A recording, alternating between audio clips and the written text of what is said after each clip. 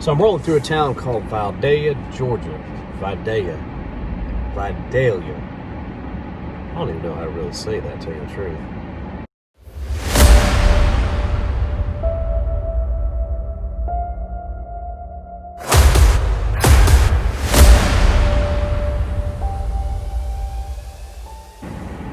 But I do know Vidalia, there you go, Vidalia onions are really good. They're kind of sweet, a little yellow, got a little yellow tint to them, and I almost hit that guy. But, I was driving by the church, this little church on the corner of the road, and not another car in sight, except that one almost hit. Oh, son of a biscuit. Guess I need to get my camera straight. But, driving past this little church, and there's this little old man walking outside, just waving away. I just think that's so cool. And that's what America's all about. Freaking just being kind to one another. Saying hello. Don't matter what color you are. It don't matter what race, religion. Just be kind. Why is it so hard for us in America to just not judge and to just look at one another as a human being? Makes no sense. We live in the greatest country in the world where it's all about freedom. And, all these men and women that are paying the price and that have paid the price for us to be free, we should respect those people. We should respect everybody.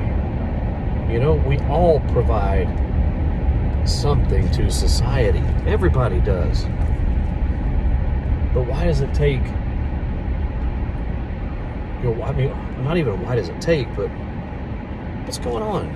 I just look at the news, I read Twitter, and I look at all this crazy stuff going on in these cities, and I don't get it. I just flat out don't get it. I was raised in the South, and, have I seen racism? Of course. Do I like it? Hell no. Do I think it's funny? No. But it's got to stop. But I don't even know at this point if it ever will. The racial division in this country is ridiculous. And, you got this, I don't know if the Hollywood elite, giving us their opinions. That's fine. Everybody's entitled to their opinion. There's that old saying, opinions are like what. And everybody's got one. And that's great. But why, people? Why? We are all formed in the image of God. And God did not create this type of hate. Hate was created by God giving us a free will to choose. And people are choosing to make some really just poor decisions. The one thing that my mom and daddy taught me years ago when I was a kid is the number one thing that causes problems is your tongue and what comes out of your mouth. And Lord knows I've said and done some stupid things. But my gosh, some of the stuff that I hear coming out of people's mouth, kids these days, some of the crazy crap music they listen to that's just degrading women, using language that, to me that is just wrong. Whether you're white, black, red, yellow, whatever it may be, it's just crazy music, crazy times. I'm sorry for this rant, y'all, but it's just turning on the news and reading what's going on a day-to-day basis just irks me and flat out ticks me off. I was in the grocery store earlier today, and this little black man comes up behind me, and the first thing I did was turn around and ask him how he's doing. How you doing today, sir? That's all I said. He said, I'm fine. It's not that I had to do it, but I did it because it's just the right thing to do. And in this world, doing the right thing's not hard.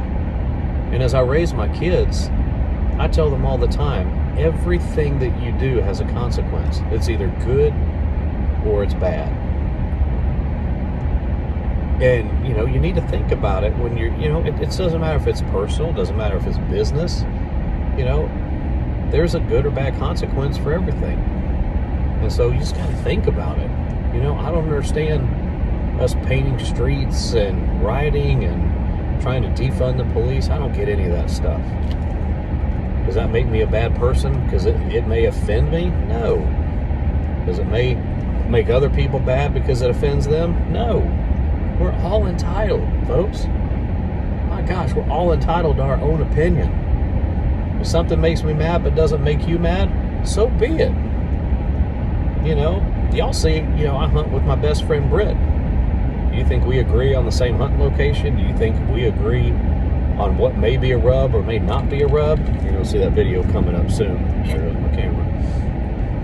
But, you know, y'all, it's just, I've got a 6-hour drive from the hunting club back down to my house. And it gives me a lot of time to think. And this may be a rant, this may be a ramble, but, you know, just driving through that little town, Vidalia, Georgia, and seeing that little old fella just walk out of his church, and whether he's a pastor or just a member or just somebody visiting, I don't know, but it don't even matter. You know, he reached up and he waved and I waved back, and dadgum, that's just respect. And that's just, hey, how you doing, buddy? And I'm doing well. So think about it, guys. We live in a friggin' awesome country. An awesome country. And we don't want it to change. It doesn't need to change. It's freedom. It's capitalism. It's how people have made livings. There's right and wrong. There's a lot of crazy crap. But dadgum, folks, love America. Love your family. Put the Lord first. Put your family second. You know what? And sacrifice for your neighbor and love your neighbor as yourself. That's what we're called to do. Go home. Go home. Spend time with your family. You know, as I told y'all in the latest video of Front Porch Talk, you know, we lost a daughter a 1.5 years ago, 12-year-old daughter. Wrecked us. It totally wrecked us. But it will change your perspective when you lose somebody that you love so much. It will totally change your perspective on life. And I've got a little tattoo on my arm. You probably can't see it, but it says Fly High Caitlin. Her name was Caitlin Danielle. Beautiful, beautiful little girl. And, you know, it's hard to talk about, but it's something that you think about all the time. And my heart goes out to any parent that's lost a child. And if there's anybody out there that has lost a child and they want to talk, all they got to do is send me a message and I'll be glad to give you a call. Because, you know what, my worst is my worst and your worst is your worst. And there's nothing we can do. It doesn't make my situation any worse than yours. You may not have lost a child, but you may have lost a job. You know, it's okay. What your worst is your worst. But we are here. My family's here for everybody. You know, we don't want families to go through what we went through. It is the closest thing to going to hell that I can ever imagine. But I think I hurt more for my kids and my wife than anything. You know, we watched her pass. We watched her take her last breath. We had to wait 4 hours, you know, for the funeral home to come and get her. And man, that was awful. But you know what? God is good. She is dancing with Jesus. And you know what? She's perfect. And you know, for her, there's, you know, she can look down on us and see that we miss her and how bad it hurts. But I guarantee you, she's saying, it's okay, Daddy. It's okay, Mommy. I'm okay. And there's no other place I'd rather be than in heaven with Jesus. So folks, I'll tell you the story one day. You know, I've always, you know, wanted to have a little video, or I don't even know what you want to call it, I guess a video of titled, Why Did My Daughter Have to Die? And I may do it with my wife,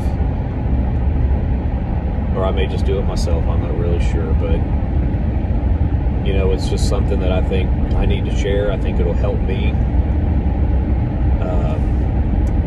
And if it helps any other family, then that's what we're called to do. We're called to pay it forward.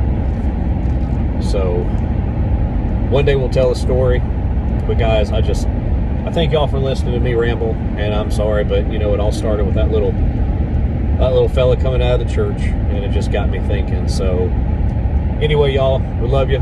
If you need us, we're here. And boy, it's going to be a fun ride. So like and subscribe, and we'll see y'all in the next one.